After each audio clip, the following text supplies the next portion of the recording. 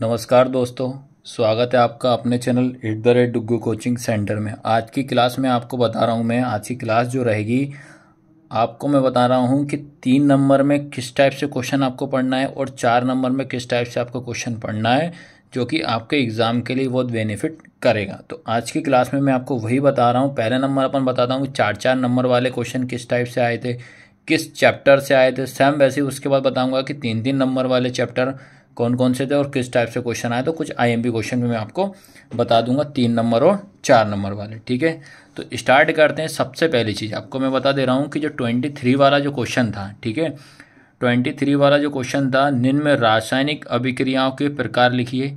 ये आपका जो आया था 4 नंबर का क्वेश्चन आया था। कितने नंबर का क्वेश्चन था? 4 नंबर का। लेकिन इसमें याद रखना, एक 4 नंबर का क्वेश्चन आपके किस चैप्टर से होगा? पहला चैप्टर से होगा। अब इनने क्या पूछा था वो बता दे रहा हूँ। इनने ये पूछा था कि आपको जो 4 1 2 3 4 ये 4 आपको रिएक्शन है, आपको ओनली इसमें क्या करना था, इन रिएक्शनों का ओनली नाम लिखना था कि भाई ये वाली रिएक्शन किस टाइप से हो रही है, तो वो आपको इसमें बताना था। ठीक है, तो ये क्वेश्चन था। इसके और में पहले चैप्टर के क्वेश्चन आया था, ये आया था ये। ठीक है, कि क्या क्वेश्चन था इसके और में कि सोडियम सल्फेट की वेरियम क्लोराइड से क्रिया किस प्रकार की अभिक्रिया, इस समीकरण को लिखिए। सेकंड क्वेश्चन था कैल्शियम ऑक्साइड की जल के साथ क्रिया करने पर कौन सा उत्पाद बनता है, इस अभिक्रिया की रासायनिक समीकरण आपको लिखना था। तो 2-2 नंबर का, तो 4 नंबर का। ठीक है, तो समझ गया कि नहीं समझे? तो पहले आप दिमाग में ये रखना है कि आपको फर्स्ट चैप्टर से कितने नंबर का क्वेश्चन आएगा? 4 मार्क्स का आएगा। ठीक है, तो ये आपको विशेष तौर पे याद रखना है। अब इसमें पहले चैप्टर में और मैं आपको आईएमपी क्वेश्चन बता रहा हूँ। ठीक है, तो सबसे पहला काम आप तो ये करना बेटा कि पहले चैप्टर से जितनी भी रिएक्शन है उनका डेफिनेशन अच्छे से पढ़ लेना, उनकी परिभाषा पढ़ लेना, और उसके बाद याद रखना उनकी रिएक्शन जरूर। अगर रिएक्शन कर लोगे तो एक एक क्वेश्चन वैसे ही बन जाएगा। ठीक है, तो सबसे पहले आपको मैं बता दे रहा हूँ, सबसे पहले आपको कौन सा क्वेश्चन पढ़ना है? ये वाला। क्या पढ़ना है कि लोहे की वस्तुओं को हम पेंट क्यों करते हैं। सबसे इंपॉर्टेंट क्वेश्चन ये पहले पढ़ लेना। ठीक है, अब देखो ज़्यादा पढ़ना नहीं है, आपको सिलेक्टेड टॉपिक ही बता रहा हूँ जो कि 4 मार्क्स में आएगा। और याद रखना 4 मार्क्स में कैसे भी करके दे देगा वो भी बता दूंगा। तो सबसे पहले आपको लोहे की वस्तु को पेंट क्यों करते पढ़ना। उसके बाद सेकंड क्वेश्चन आपको पढ़ना पड़ेगा कि संयोजन अभिक्रिया का उदाहरण सही समझे। संयोजन अभिक्रिया को उदाहरण सहित आपको समझाना है कि ये क्वेश्चन अच्छे से पढ़ लेना। उसके बाद सेकंड वाला था अपघटन या वियोजन से आपका अपघटन और वियोजन एक ही होता है, इससे आप क्या समझते हैं।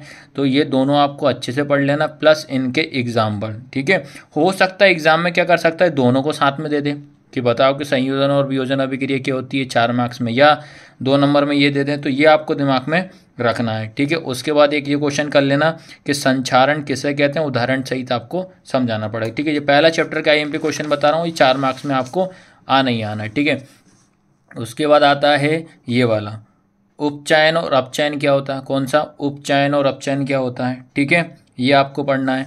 उसके बाद आपको पढ़ना है बेटा ऊष्माक्षेपी एवं ऊष्माशोषी अभिक्रिया को उदाहरण सहित आपको समझाना, ये पढ़ना है। ठीक है, और उसके बाद सबसे पहला काम तो ये करना, आपको अभिक्रिया अच्छे से पढ़ लेना, आपको आराम से इसमें आपका पेपर निकल जाएगा, इतना आप कर लोगे। ठीक है, उसके बाद ये पढ़ लेना कि विस्थापन एवं द्विविस्थापन अभिक्रिया को उदाहरण से ही समझाइए, विस्थापन और द्विविस्थापन अभिक्रिया। और सबसे ज़्यादा बच्चे साइंस में ही फेल हुए इस बार। ठीक है, फिर अगला क्वेश्चन है अपक्षेपण अभिक्रिया से क्या समझते हो, उदाहरण से समझाइए।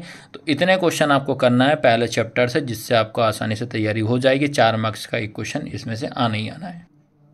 इसके बाद याद रखना है जो अगला चैप्टर आपको पढ़ना पड़ेगा 9th क्या है आपका, लाइट प्रकाश। ठीक है, अब प्रकाश से क्या क्वेश्चन पूछा था 4 मार्क्स से बता दे रहा हूँ। क्या लिखा है इसमें कि किसी ऑटोमोबाइल में पीछे का दृश्य देखने के लिए उपयोग होने वाले उत्तल दर्पण की वक्रता त्रिज्या 3.00 मीटर है। यदि एक बस इस दर्पण से 5.00 मीटर की दूरी पर स्थित है तो प्रतिबिंब स्थिति, प्रकृति तथा आकार ज्ञात कीजिए। तो ये है। इसके और में भी देखो, इसके और में भी आपको न्यूमेरिकली पूछा था इनने, ये क्या था, ये इसके और में या तो ये वाला करो या ये वाला करना पड़े। कोई 4.0 सेंटीमीटर आकार का बिंब किसी 15.0 सेंटीमीटर फोकस दूरी के अवतल दर्पण से 25.0 सेंटीमीटर दूरी पर रखा है। दर्पण से कितनी दूरी पर किसी पर्दे को रखा जाए कि स्पष्ट प्रतिबिंब प्राप्त हो और प्रतिबिंब की प्रकृति तथा आकार ज्ञात कीजिए।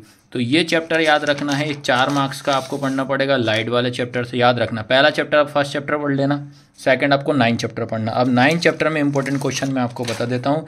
सबसे पहली चीज़ तो बेटा आपको ये पढ़ना पड़ेगा कि परावर्तन का क्या नियम होता है। पहला क्वेश्चन क्या पढ़ना है, परावर्तन का क्या नियम होता है।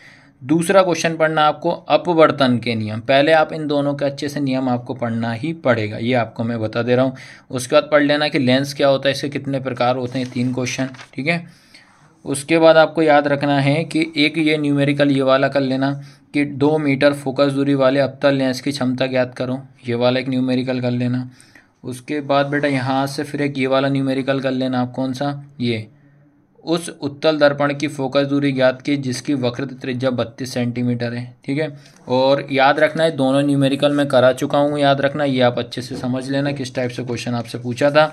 उसके बाद एक ये वाला क्वेश्चन कर लेना कि परावर्तन को परिभाषित कीजिए, प्रकाश के परावर्तन के नियम को किरण आरेख द्वारा समझाइए, ठीक है। उसके बाद ये आप लोग उसके बाद ये जरूर पढ़ के चले आना एग्जाम में कि अवतल दर्पण के उपयोग और उत्तल दर्पण दोनों के पढ़ के जाना आप, तो अवतल और उत्तल दोनों के आप उपयोग पढ़ के जाना, ध्यान रखना। उसके बाद दीर्घिक में ये पढ़ के जाना, पहला वाला वास्तविक और आभासी प्रतिबिंब किससे कहते हैं, और दोनों के अंतर स्पष्ट आपको करना है, ठीक है। तो इस चैप्टर से आप इतने क्वेश्चन कर लेना और न्यूमेरिकल जरूर कर लेना, 101% इसमें से इतने ही क्वेश्चन आपसे पूछेगा, ठीक है। और याद रखें 2 चैप्टर हो गए, एक पहला चैप्टर होगा, एक 9 चैप्टर, 4 और 4 कितना होगा, 8 नंबर आपके कंप्लीट हो चुके हैं, ठीक है। अब उसके बाद बेटा याद रखना, अब आपको चैप्टर पढ़ना पड़ेगा कौन सा, 5 वाला, क्या है, जैव प्रक्रम लाही प्रोसेस। अब इसमें पहला क्वेश्चन क्या पूछा था, खुले व बंद रंध्र का नामांकित चित्र बनाइए। इसके और में क्या पूछा है, मानव उत्सर्जन तंत्र का नामांकित चित्र बनाइए, ठीक है। तो इसमें आपको पढ़ना पड़े, पहले तो ये 2 क्वेश्चन आप अच्छे से कर लो। अब चैप्टर में क्या पढ़ना है वो बता दे रहा हूँ मैं, ठीक है। तो भैया ये होगा अपना जैव प्रक्रम चैप्टर। सबसे पहला काम तो आपको ये पढ़ना है, इसमें से आपको पहले इस बार हो सकता है कि 99% इस बार डिफरेंस पूछे, अंतर पूछे, ठीक है। तो कौन सा पहले पढ़ना है आपको, ऑक्सीशोषण और अनऑक्सीशोषण में अंतर पढ़ना है। तो इसके कितने पढ़ने पड़ेंगे आपको, 4 अंतर पढ़ना है, मात्र 4, 5 दिए तो एक छोड़ सकते हो आप, ठीक है। उसके बाद ये डायग्राम भैया, मनुष्य के हृदय की आंतरिक संरचना का डायग्राम, ये वाला डायग्राम हो गया। उसके बाद आपको ये पढ़ना है लसिका और रक्त में अंतर, ठीक है। उसके बाद ये मनुष्य के उत्सर्जन तंत्र का नामांकित चित्र बनाना है। उसके बाद धमनी और सिरा वाला बनाना है, ठीक है।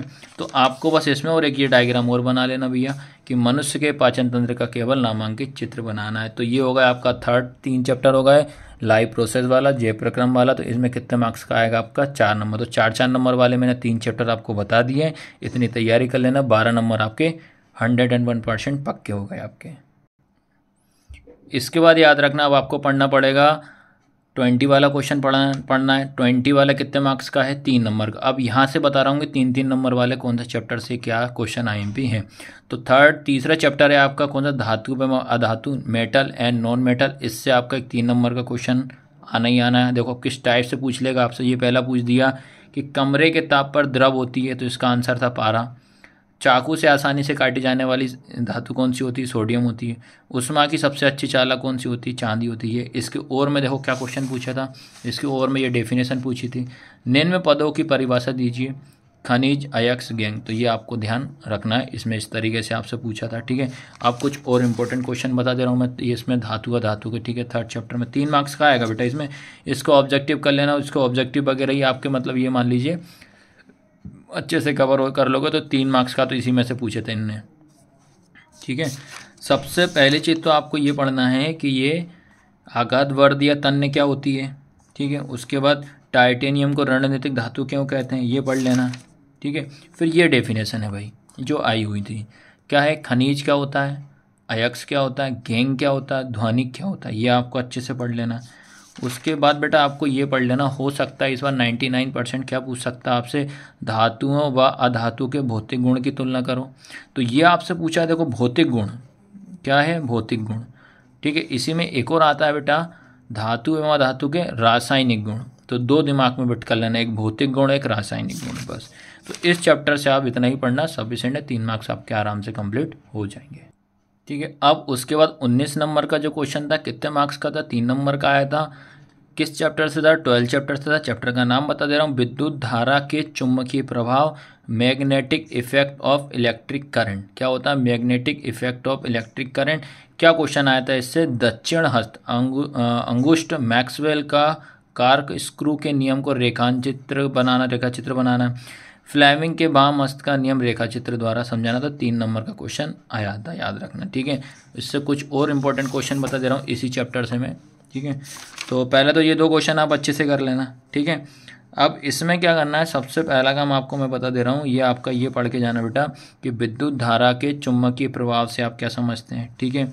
उसके बाद फ्लेमिंग के बाएं हाथ का नियम, ठीक है। उसके बाद प्रेरित धारा क्या होती है या क्यों उत्पन्न होती है। उसके बाद विद्युत फ्यूज क्या होता है, इसका उपयोग बताइए, ठीक है। और इसमें एक चुंबक वाला क्वेश्चन जरूर पढ़ के जाना कि चुंबकीय क्षेत्र क्या होता है, कि चुंबक क्षेत्र की रेखाएं क्या होती हैं, चुंबकीय क्षेत्र किसे कहते हैं, फिर 2 चुंबकीय क्षेत्र एक दूसरे के प्रतिचित क्यों करती, ये पढ़ना है, ठीक है।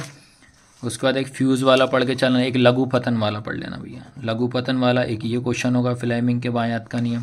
तो ये 2 क्वेश्चन और पढ़ लेना इसमें, एक ये वाला और एक ये वाला और एक ये इतना, बस इसमें इतना कर लोगे आराम से 3 मार्क्स आपके कंप्लीट हो जाएंगे, ठीक है। अब जो रहेगा क्वेश्चन नंबर 18। क्वेश्चन नंबर 18 क्या था? तंत्रिका कोशिका का चित्र बनाइए तथा किसी कोशिका के 2 कोशिका अंगों के नाम लिखना है।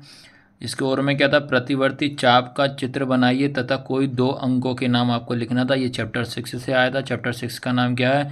नियंत्रण एवं समन्वय, control and coordination, control and coordination. अब इससे कुछ मैं और आपको आईएमपी क्वेश्चन आपको बताता हूँ, ठीक है। तो सबसे पहली चीज़ आपको दिमाग में क्या पढ़ना है भैया, क्या दिमाग में रखना है? सबसे पहला तो आपको रखो कि प्रतिवर्ती क्रिया क्या होती है, ठीक है, ये पढ़ के जाना। उसके बाद ये पढ़ लेना कि आयोडीन युक्त नमक की सलाह क्यों दी जाती है। उसके बाद 5 वाला, अध्ययन की सुविधा के लिए मस्तिष्क को कौन कौन से भागों में विभाजित किया जाता है, ये पढ़ लेना, ठीक है। उसके बाद एक ये है प्रतिवर्ती क्रिया का रेखा चित्र बनाइए, ठीक है, ये चित्र बनाना है। उसके बाद एक ये पढ़ लेना तंत्रिका कोशिका का नामांकित, जो कि आया हुआ क्वेश्चन है, ठीक है। उसके बाद एक क्वेश्चन ये कि प्रतिवर्ती क्रिया विधि को समझाइए, और ये वाला डायग्राम, ठीक है। और एक ये मनुष्य के मस्तिष्क का नामांकित चित्र और एक अच्छे से बना लिए, ठीक है। तो इस तरीके से बेटा मैंने आपको 3 नंबर वाले कौन चैप्टर है, क्या आईएमपी क्वेश्चन है, 4 नंबर वाले क्या, अगर इतना भी कर लोगे मैं बता दे रहा हूँ आपका एग्जाम आराम से निकल जाएगा। इन्हीं चैप्टर का ऑब्जेक्टिव, खाली स्थान, सही विकल्प पढ़ लेना तो आपका एग्ज़ाम आराम से निकल जाएगा। पहली बार अगर आते हो हमारे चैनल पे तो आपको सब्सक्राइब जरूर करना, ये आपको ध्यान रखना है। और उसके बाद प्ले लिस्ट में जाके आप चेक कर सकते हो कि सभी सब्जेक्ट का हम आईएमपी आपको बता रहे हैं, याद रखना, ठीक है। तो क्लास कैसी लगी, लाइक शेयर सब्सक्राइब जरूर करना है आपको, ठीक है। धन्यवाद।